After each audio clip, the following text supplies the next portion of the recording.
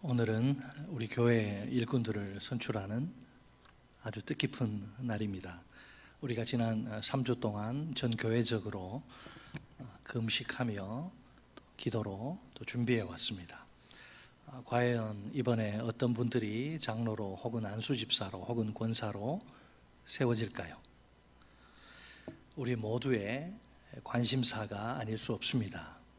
그러나 이 일에 누구보다 더 큰 관심을 가지시고 지켜보시는 분이 계십니다. 짐작하시겠지만 그분은 바로 우리 교회의 머리이심의 주인이신 하나님입니다. 언제나 하나님은 일꾼들과 함께 또 일꾼들을 통해 일하십니다. 하나님의 일하심에 있어서 핵심은 그분이 들어 쓰시는 사람 곧 일꾼입니다.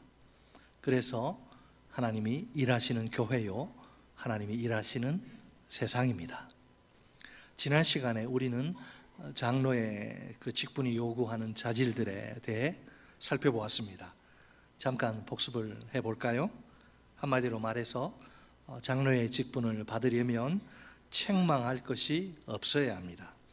인격적으로 큰 결함이 있거나 윤리 도덕적으로 심각한 문제가 있으면 안 됩니다. 교회 안팎에서 많은 사람들에게 손가락질 당할 가능성이 크기 때문이지요. 바울은 책망받을 것이 없는 구체적인 자질로 무려 10가지를 제시합니다. 그만큼 장로의 직분에는 막중한 책임이 걸려 있습니다. 오늘은 집사의 직분이 요구하는 자질들을 살펴보겠습니다. 원래 집사에 해당되는 헬라어 단어는 디아코노스입니다. 같은 뿌리 어근에서 나온 단어로 디아코니아가 있습니다. 섬김 혹은 봉사로 번역할 수 있습니다. 섬김은 그리스도인이라면 누구나 꼭 추구해야 할 기독교적 이상 가운데 하나입니다. 1세기 당시 그 사람들의 세계관으로 보면 어떨까요? 보통 그 당시 헬라 세계에서는 다른 사람을 섬기는 걸 천한 일로 여깁니다. 아무도 선뜻 나서서 하고 싶지 않은 그런 일인 셈이죠. 사람은 섬김의 대상이 아니라 지배의 다스림의 대상이라고 굳게 믿기 때문입니다. 유대교는 어떨까요? 유대교에서의 섬김은 그 대상이 하나님과 가난한 사람일 때 좋은 것으로 간주됩니다. 하지만 세월이 흐르면서 섬김이 점점 공로적인 일로 변질됩니다. 무가치하고 불의한 자가 아니라 의로운 자, 섬김을 받을 만한 그런 가치가 있는 자격이 있는 사람을 섬겨야 한다는 것이지요. 그러나 예수님은 섬김이 참된 제자의 표지라고 가르치십니다. 예수님을 따르는 제자라면 모두가 반드시 예외 없이 섬김의 삶을 살아야 한다는 겁니다. 누가복음 22장 26절 말씀입니다. 너희는 그렇지 않을지니 너희 중에 큰 자는 젊은 자와 같고 다스리는 자는 섬기는 자와 같을지니라. 아멘. 심지어 예수님은 자신이 이 세상에 오신 목적을 섬김이라 이렇게까지 강조하십니다. 마가복음 10장 45절 말씀입니다. 인자가 온 것은 섬김을 받으려 함이 아니라 도리어 섬기려 하고 자기 목숨을 많은 사람의 대속물로 주려 함이니라. 아멘. 디아코니아, 섬김의 가장 오래된 보편적 의미는 식탁에서 시중들다입니다. 일반적으로는 모든 종류의 섬김을 뜻합니다. 우리 그리스도인들에겐 교회 공동체 안에서의 섬김이 중요합니다. 베드로전서 4장 10절 말씀입니다. 각각 은사를 받은 대로 하나님의 여러 가지 은혜를 맡은 선한 청지기 같이 서로 봉사하라. 아멘. 하나님이 교회 공동체를 위해 우리 각자에게 다양한 은사를 선물로 주십니다. 우리가 소유한 이 모든 은사는 형제 자매를 섬기는 일에 사용되어야 합니다. 우리 모두는 하나님의 은혜의 주인이 아니라 청지기이기 때문입니다. 하나님이 왜 교회에 집사를 세우십니까? 하나님이 주신 은사로 형제 자매를 섬기라고 교회에서 봉사하라고 세우십니다. 집사 자신의 이익이나 명예를 위해서가 아닙니다. 바울은 집사의 직분을 받을 만한 외모, 즉 외적인 조건에는 별 관심이 없습니다. 예를 들면 학벌이나 사회적 지위나 경제력입니다. 또한 집사의 직분에 뒤따르는 의무에도 관심이 없기는 마찬가지입니다. 그래서 외모나 또 의무에 대한 정보는 거의 아무것도 제공하지 않습니다. 집사의 직분의 초점은 외모 또 의무가 아니라 성품이에요. 성품. 하나님께는 직분 자체보다 그 직분을 맡아 일할 사람이 더 중요합니다. 사실 본문을 보면 장로의 직분이 요구하는 자질과 서로 중복되는 부분이 있습니다. 당연히 차이점도 있겠죠. 크게 4가지 영역으로 나누어 생각할 수 있습니다. 첫째, 집사들은 자제력을 갖춰야 합니다. 셀프 컨트롤, 자기를 통제, 자기 통제 안 되고 막 이런 사람들 많잖아요. 집사는 자제력을 갖춰야 합니다. 본문 8절 말씀입니다. 이와 같이 집사들도 정중하고 일구이연을 하지 아니하고 술에 임박히지 아니하고 더러운 일을 탐하지 아니하고. 아멘. 처음에 나오는 단어는 정중하고입니다. 이 단어의 번역은 상당히 까다롭습니다. 다양한 번역이 존재하는데 어떤 번역도 원어의 의미를 전부 포함하기는 어렵습니다. 대표적인 번역은 존경받을 만하고입니다. 품위가 있고 행동에 진지함이 담겨있는 모습입니다. 자, 그 다음에 나오는 어구는 뭐죠? 일구이연을 하지 아니하고입니다. 다 아시죠? 일구이연, 어려울 거 하나 없습니다. 한 입으로 딴소리하는 것, 한 입으로 두 말을 하는 걸 가리킵니다. 이 사람에게는 이렇게 말하고 또 저 사람에게는 저렇게 말하는 거지요. 이것은 뒤틀린 인격, 망가진 인격을 묘사합니다. 의도적으로 2가지 다른 말을 해서 상대방을 속이는 것이지요. 정직이나 진실과는 거리가 먼 나쁜 인격입니다. 계속해서 나오는 어구는 뭐죠? 술에 뭐하지 아니하고, 아침부터 술 이야기해서 죄송한데, 술에 뭐하고 인박히다. 주로 쓰는 단어는 아닌데, 인박히지 아니하고. 자, 인박히다 이 동사는 1장 4절에 나오는 몰두하다, 깊이 빠져서 막 몰두하다와 같은 단어예요. 자, 에베소의 거짓 교사들이 신화와 끝없는 족보, 아주 쓸데없는 이야기에 몰두하지 않습니까? 신화와 끝없는 족보에 완전히 정신이 다 팔린 거예요. 그처럼 인박히다는 아주 강한 의미를 지닌 동사입니다. 새 번역에 따르면 술에 탐닉하지 아니하고입니다. 이것은 장로의 직분에도 요구되는 자질이죠. 술을 즐기지 않는다, 술에 빠져 술독에 빠져 살지 않는다, 뭐 그런 말입니다. 집사의 직분을 제대로 감당하려면 술을 멀리 해야 합니다. 자, 그 다음에 나오는 어구는 더러운 일을 탐하지 아니하고입니다. 부정한 이익을, 사익을 추구하지 않는 것입니다. 디도서에서는 장로의 직분에도 요구되는 자질입니다. 2번씩이나 반복될 정도로 굉장히 중요한 자질입니다. 먼저 디도서 1장 7절 하반절 말씀입니다. 더러운 이득을 탐하지 아니하며. 아멘. 곧이어 디도서 1장 11절 말씀입니다. 그들의 입을 막을 것이라. 이런 자들이 더러운 이득을 취하려고 마땅하지 아니한 것을 가르쳐 가정들을 온통 무너뜨리는 도다. 아멘. 거짓 교사들이 가정 파괴범이에요. 가정 파괴범.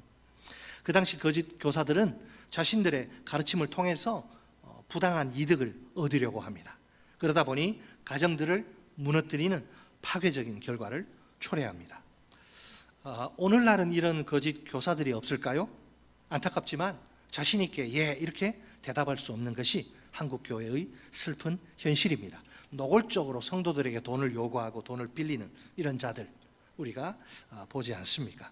부자와 가난한 자를 돈 가지고 차별하는 경우도 참 슬프지만 교회 안에 생각보다 많습니다. 성도들이 모르는 것 같아도 다 압니다. 장로의 직분이나 집사의 직분이나 다 부정한 이익을 추구하지 말 것이 요구됩니다. 물론 부정한 이익을 추구하는 마음의 동기는 뭐냐? 돈이요, 돈. 돈을 지나치게 사랑하다 보니, 돈에 빠지다 보니 돈의 노예가, 돈의 포로가 된 거예요. 직분을 감당할 때 머릿속에 돈 욕심이 가득해서야 되겠습니까? 이처럼 직분이 돈벌이 수단으로 전락하면 곤란하겠지요. 결국 집사의 직분을 받으려면 4가지 범주에서 좀 자제력을 발휘해야 합니다. 즉 이런 범주에서 자신을 잘 다스려야 한다 이 말입니다. 여러분, 부족한 것도 좋지 않지만 넘치는 것도 좋지 않죠. 이 넘치는, 자 이거는 이제 우선 정중하고 행동을 똑바로 하라. 다음은 일구이연을 하지 아니하고 말 조심하라. 말이면 다 하는 거 아니잖아요. 또 그 다음은 술에 임박히지 아니하고 술입니다. 끝으로 더러운 일을 탐하지 아니하고 돈이에요. 이렇게 행동과 말과 술과 돈을 각별히 조심해야 한다 이거죠. 둘째로, 자, 첫 번째 영역은 자제력을 발휘한다. 4가지 범주에서. 자, 두 번째는 뭐냐면 집사들은 복음적 신앙, 정통 신앙, 개혁 신앙, 이것을 고수해야 합니다. 본문 9절 말씀입니다. 깨끗한 양심에 믿음의 비밀을 가진 자라야 할지니. 아멘.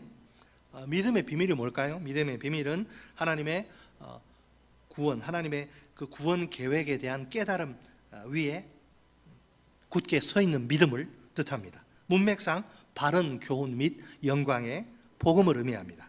1장 11절 말씀입니다. 이 교훈은 내게 맡기신 바 복되신 하나님의 영광의 복음을 따름이니라. 아멘. 이 믿음의, 그러면 이 교훈의 내용이 무엇이에요? 믿음의 내용이 3장 16절에서 우리가 발견할 수 있습니다. 우리 다 같이 3장 16절 말씀을 한 목소리로 읽겠습니다. 16절 시작. 크도다 경건의 비밀이여 그렇지 않다 하느니 없도다. 그는 육신으로 나타난 바 되시고 영으로 의롭다 하심을 받으시고 천사들에게 보이시고 만국에서 전파되시고 세상에서 믿음 바 되시고 영광 가운데서 올려지셨느니라. 아멘. 여기서 비밀이라는 단어 좀 깊이 생각해 볼 필요가 있습니다. 우리는 비밀을 생각할 때 잘 이해되지 않는 내용 혹은 사건을 떠올리죠. 하지만 신약 성경에서는 강조하는 포인트가 다릅니다. 핵심은 이해되지 않아 숨겨진 상태가 아닙니다. 오히려 숨겨진 의미가 드러나 밝히 알려지는 모습입니다. 분명 하나님의 계획과 관련해서 이전에는 감추어져 있던 것이죠. 그러다가 때가 되어 예수 그리스도를 통해 드러난 것입니다. 특별히 예수님이 아버지 하나님의 뜻을 따라 육신으로 이 세상에 오십니다. 이 세상에서 많은 사람들에게 하나님의 뜻을 부지런히 가르치십니다. 십자가의 고난과 죽음과 또 부활과 승천을 통해 하나님의 구원 계획을 성취하십니다. 그 결과 우리가 전에는 알 수 없던 숨겨진 진리를 밝히 깨달아 알게 됩니다. 이것이 본문에서 바울이 말하는 비밀입니다. 비밀은 계시된 이 진리 전부를 가리킵니다. 집사들은 이 비밀을 굳게 붙들어야 합니다. 자, 그런데 바울은 믿음의 비밀 앞에 깨끗한 양심이란 말을 덧붙입니다. 앞에서도 그 믿음과 깨끗한 양심을 연결한 적이 있어요. 1장 5절 말씀입니다. 이 교훈의 목적은 청결한 마음과 선한 양심과 거짓이 없는 믿음에서 나오는 사랑이거늘. 아멘. 자, 바울이 복음의 진리를 선포하고 가르치는 목적은 무엇입니까? 청결한 마음과 선한 양심과 거짓이 없는 믿음에서 나오는 사랑을 위해서입니다. 1장 19절 말씀도 있습니다. 믿음과 착한 양심을 가지라. 어떤 이들은 이 양심을 버렸고 그 믿음에 관하여는 파선하였느니라. 아멘. 거짓 교사들의 정체가 뭐예요? 양심을 팔아먹고 양심을 버리고 믿음에 관하여서는 파선한 그런 자들입니다. 디모데는 그들과 달리 믿음과 착한 양심을 가져야 한다 이것입니다. 자, 바울은 오늘 본문 9절에서도 이제 믿음과 깨끗한 양심을 연결합니다. 이 부분을 우리말 성경으로 읽을 때는 주의가 필요합니다. 마치 깨끗한 양심에 믿음의 비밀이 추가된 것처럼 보이죠. 그러나 헬라어 본문은 좀 다릅니다. 깨끗한 양심 가운데 있는 믿음의 비밀을 말합니다. 본래 여러분, 믿음과 양심은 별개의 것이 아니라 서로 어우러지는 관계입니다. 믿음은 양심을 바르게 합니다. 믿음이 들어가면 양심이 발라져요. 이처럼 믿음이 양심을 바르게 하죠. 그러면 양심이 그 사람 삶 속에서 막 작동을 합니다. 그래서 일상의 생활이 온전해지도록 만듭니다. 반면에 만약에 이제 양심에 시커멓 털이 나면 어떻게 될까요? 양심에 문제가 생기면 그런 경우에 그 사람의 삶도 온전할 수가 없겠지요. 그렇죠? 그렇다면 참된 믿음이 얼마나 중요합니까? 또한 양심은 우리의 믿음이 잘 작동하지 못할 경우에도 여전히 작동합니다. 그렇게 해서 믿음을 다시 이렇게 세울 수 있는 기반이 됩니다. 올바른 양심도 참 중요합니다. 그러니까 집사의 직분은 양심과 믿음이 함께 가기를 요구합니다. 자, 세 번째 영역, 어떤 자질의 세 번째 영역, 셋째로 집사들은 시험을 거쳐 증명되어야 합니다. 보면 10절 말씀이죠. 이에 이 사람들을 먼저 시험하여 보고 그 후에 책망할 것이 없으면 집사의 직분을 맡게 할 것이요. 아멘. 자, 본문 말씀을 읽으면 아멘 하세요. 본문 성경 본문을 읽으면 제가 전혀 안 하시니. 자, 장로의 직분에 요구되는 자질 목록에는 없는 내용입니다. 시험하다 이 단어는 금속을 이제 감식하는 그런 경우를 생각나게 합니다. 금속 안에 안 보이지만은 불순물이 섞여 있느냐, 섞여 있으면 어느 정도 섞여 있느냐, 혹은 섞여 있지 않느냐 테스트하는 거죠. 자, 본문에서는 테스트의 대상이 금속과 같은 사물이 아니라 사람들입니다. 당연히 집사의 직분을 받기 원하는 사람들이죠. 뭘 시험해야 한단 말입니까? 그들이 집사의 직분을 받기에 적합한지 시험해야 합니다. 예를 들면 품행과 믿음 전반입니다. 일종의 검증 과정이 필요한 셈이죠. 그래서 여러 부서에서 이렇게 봉사를 해야 되는 거예요. 그냥 주일날 교회 한번 왔다 갔다 해서는 전혀 검증이 안 되잖아요. 전도회에서도 또 주일학교에서 찬양대 여러 가지 기관에서 봉사하면서 이제 그렇게 시간이 검증은 이게 시간이 필요해. 그렇기 때문에 새로 이렇게 교회 온 지 얼마 안 되는 분들, 저분이 품행이 어떻고 믿음이 어떤지 모르는 경우에는 곤란하겠죠. 그래서 먼저 테스트해보고 품행과 믿음 전반을 보고 괜찮다 이거죠. 검증 과정을 거친 후에 책망받을 만한 것이 없다, 비난받을 만한 것이 없다 판정이 나와야 돼요. 그럴 경우에 집사로 세우라는 겁니다. 그러니까 이제 우리는 이제 집사님 해서 안수 집사님인데 서리 집사님인데 여러 데서 봉사를 해야 되는, 그래서 인정을 받아야 되는 거예요. 자, 네 번째 영역이 뭐냐? 네 번째로 집사들은 가정생활에서 책망할 것이 없어야 합니다. 자, 11절 말씀. 여자들도 이와 같이 정숙하고 모함하지 아니하며 철저하며 모든 일에 충성된 자라야 할지니라. 아멘. 자, 여기 간단한 것 같지만은 해석상 대단히 어려운 문제가 하나 있습니다. 지금 여자들도라는 헬라어 단어가 누구를 가리키느냐 하는 점입니다. 크게 두 가지 해석이 지금도 치열하게 경쟁하고 싸우는 중인데 결론은 없습니다. 결론은 한번 들어보세요. 하나는 이 여자를 여자인 집사, 곧 여성 집사로 해석하는 경우입니다. 다른 하나는 여자를 집사의 아내라고 해석하는 경우입니다. 두 가지 해석 다 강점과 약점을 동시에 지니고 있습니다. 많은 신학자들이 두 부류로 딱 갈라져요. 그만큼 어느 편의 해석을 붙들어야 할지 결정하기가 매우 어렵다는 겁니다. 그래도 굳이 한 편에 손을 들라고 한다면 집사의 아내란 해석편에 저는 서고 싶습니다. 문맥상의 흐름으로 볼 때 그렇지 않나 하는 생각입니다. 정확하지 않아요. 이것도 맞고 저것도 맞고 지금 이게 계속 논쟁 중인데, 여성 집사란 해석은 왜 이렇게 해석하느냐? 여성 집사란 해석은 장로의 경우에 아내에 대한 조건, 아내 이야기 없잖아요. 아내에 대한 조건이 없지 않느냐? 그걸 이야기하는 거예요. 정말 집사의 그 아내를 다룰 것 같으면 왜 그 앞에 장로의 아내는 다루지 않느냐는 거예요. 맞잖아요. 이렇게 불일치를 보이기 때문에 이건 집사의 아내가 아니라 여성 집사라는 것입니다. 반면에 집사의 아내란 해석은 12절을 강조합니다. 12절. 집사들은 한 아내의 남편이 되어 자녀와 자기 집을 잘 다스리는 자일지니. 아멘. 자, 여기선 집사의 그 부부관계에 대해 이야기합니다. 그러니까 본문 11절은 12절과의 균형 속에서 해석되어야 한다고 생각합니다. 즉 이제 집사의 요건을 언급하는 가운데 자연스럽게 집사의 아내의 요건도 언급하는 거죠. 집사의 아내는 남편인 집사와 한 몸으로서 동역해야 하지 않습니까? 따라서 집사에 준하는 요건을 갖춰야 한다고 이제 선언하는 겁니다. 여기에 상응해서 집사들은 아내와의 관계에 충실해야 한다. 한눈 팔지 말고 딴 마음 품지 말고 관계에 충실해야 한다고 가르칩니다. 바람피지 말라는 거예요. 이렇게 해서 마침내 이제 균형을 이루게 되는 것이죠. 집사가 아무리 헌신하고 할래도 부인이 발목 잡으면 못해요. 막 어떤 경우는 막 이혼하자고 달라들. 우리 교회는 아니지만 뭐 그런 고민 상담하는 경우도 있는데 같이 이렇게.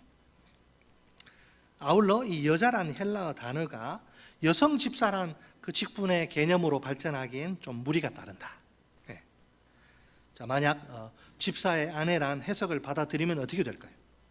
본문 11절 말씀을 다시 한번 봅시다.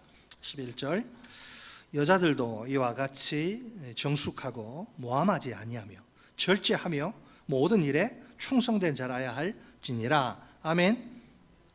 네 가지 자질이 등장합니다. 그렇죠? 이와 같이는 앞에 내용을 이어받는 역할을 하는데 집사와 같이 그의 아내 역시 정숙해야 합니다. 그 뭐 이름을 뭐 김정숙, 이정숙 뭐 이렇게 다 하나요? 정숙하고란 이 형용사는 본문 8절에 나오는 정중하고의 여성형이에요. 집사의 아내도 그녀의 남편인 집사처럼 존경받을 만해야 합니다. 그리고 그녀는 모함하지 않아야 합니다. 말 조심을 해. 말이면 다 하는 게 아니죠. 말 조심을 할 말이 있고 하지 말아야 할 말이 있는데 그 선을 넘으면 곤란해. 그녀는 모함하지 않아야 되는데 남을 헐뜯지 않도록 자신의 혀를 좀 잘 다스려야 한다는 말이죠. 또한 그녀는 장로들처럼 절제해야 합니다. 모든 일에 충성되어야 합니다.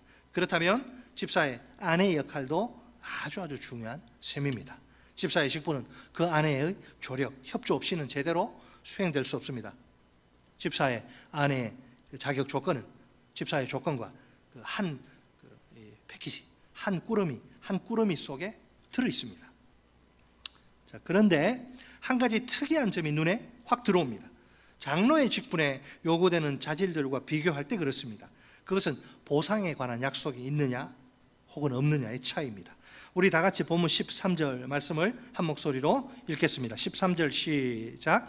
집사의 직분을 잘한 자들은 아름다운 지위와 그리스도 예수 안에 있는 믿음의 큰 담력을 얻느니라. 아멘. 보상의 축복을 약속하는 거예요. 우선 이 약속의 대상이 누구입니까? 집사의 직분을 어떻게 한 자들? 이 단어가 중요합니다. 집사의 직분을 잘한 자들. 집사의 직분을 잘한 자들, 곧 집사의 직분을 잘 감당한 자들입니다. 바울의 마음을 여기서 우리 읽어야 돼요. 사실을 말하면 하나님의 마음이에요. 집사들을 향해서 그냥 평범함에 만족하지 말고 탁월성을 추구하라는 겁니다. 제가 우리 복역자들에게 늘 이야기하는데 오늘보다는 내일 어떻게 하면 내가 맡은 걸 더 잘할까 늘 고민하라고. 그래서 계속 발전하고 성장해야 된다고 이야기하는데 그거예요. 그냥 자리만 차지하고 있으면 안 돼요. 대충 그냥 뭐 때우기 식으로 직분 감당할 생각은 애초에 하지 말라는 것이죠. 집사의 직분이 그렇게 감당해도 좋을 정도로 하찮은 것이 아니기 때문입니다.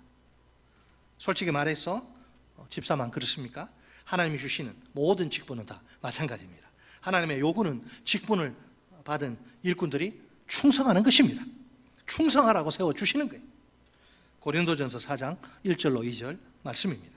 사람이 마땅히 우리를 그리스도의 일꾼이요 하나님의 비밀을 맡은 자로 여길지어다.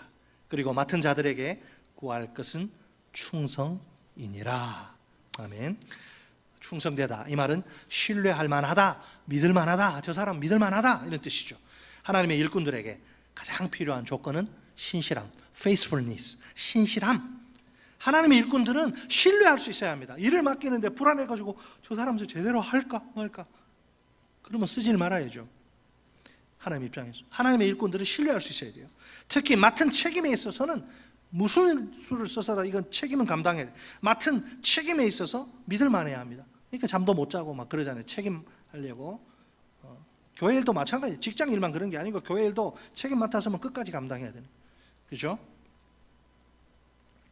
자, 이처럼 하나님이 일꾼들에게 요구하시는 것은 인간적인 지혜나 능력이 아닙니다. 믿을만하냐? 신뢰성이에요. 신뢰성. 자, 바울의 경우엔 그가 받고 전한 복음에 대한 절대적 충성을 가리킵니다.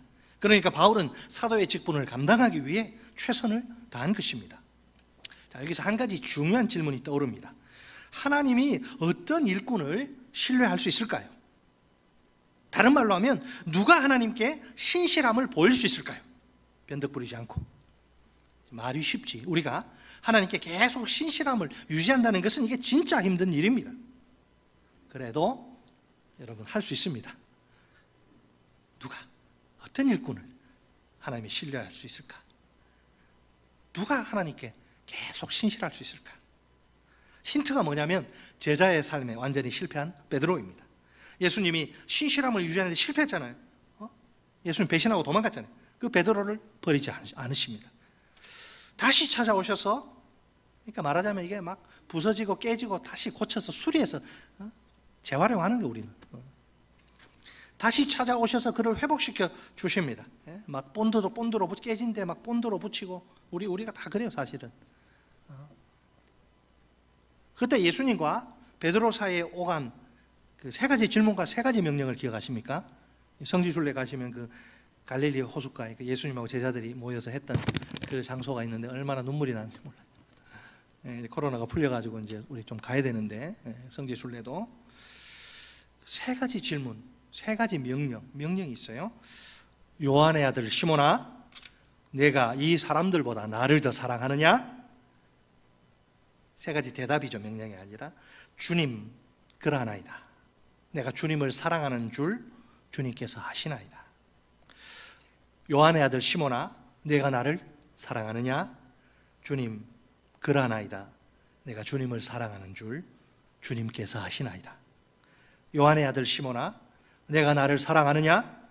주님 모든 것을 아시오매 내가 주님을 사랑하는 줄을 주님께서 아시나이다. 우리가 언제나 하나님께 신실함을 유지하는 비결은 하나님을 사랑하는 것입니다. 하나님을 사랑하십니까? 누구든지 하나님을 사랑하면 받은 직분이 무엇이든 최선을 다해 감당할 수 있습니다. 하나님이 이렇게 우리 하나님께 한결같은 우리를 보시고 뭐라고 말씀하실까요? 너는 참 믿을 만한 좋은 일꾼이구나. 내 마음이 너를 보니 흐뭇하다. 우리는 얼마든지 하나님을 사랑할 수 있습니다. 그 이유가 무엇일까요? 여러분, 우리 모두는 하나님을 사랑할 수 있습니다. 이유가 있어요. 하나님이, 우리가 먼저 하나님 사랑한 거 아니에요. 하나님이 먼저 우리를 위해 가장 소중한 자기 목숨을 버리셨기 때문입니다. 우리가 감당할 수 없는 풍성한 은혜를 부어주셨기 때문입니다. 우리에게 하나님의 사랑이 얼마나 깊고 얼마나 넓고 얼마나 높고 얼마나 큰가 얼마나 어마어마한지를 직접 보여주셨기 때문입니다. 여러분, 이 사랑을 깨달은 사도 요한의 가슴 벅찬 고백이 있잖아요. 우리 본문은 책을 빼놓으시고 요한일서 4장 10절, 요한일서 4장 10절 말씀입니다. 392쪽, 신약성경 392쪽, 요한일서 4장 10절. 시작. 사랑은 여기 있으니 우리가 하나님을 사랑한 것이 아니요 하나님이 우리를 사랑하사 우리 죄를 속하기 위하여 화목 제물로 그 아들을 보내셨음이라. 아멘. 사랑하는 성도 여러분, 우리가 진정으로 지금 이 요한이 말하는 이 하나님의 사랑을 안다 말할 수 있을까요? 말할 수 있어야죠. 그죠? 여러분, 이 사랑을 아십니까? 오늘날 이 지구상의 수많은 사람들로 자기 전부를 바치며 헌신하게 만드는 이 사랑, 여러분, 이 사랑, 내가 이 사랑을 안다고 말할 수 있어야겠죠. 그죠?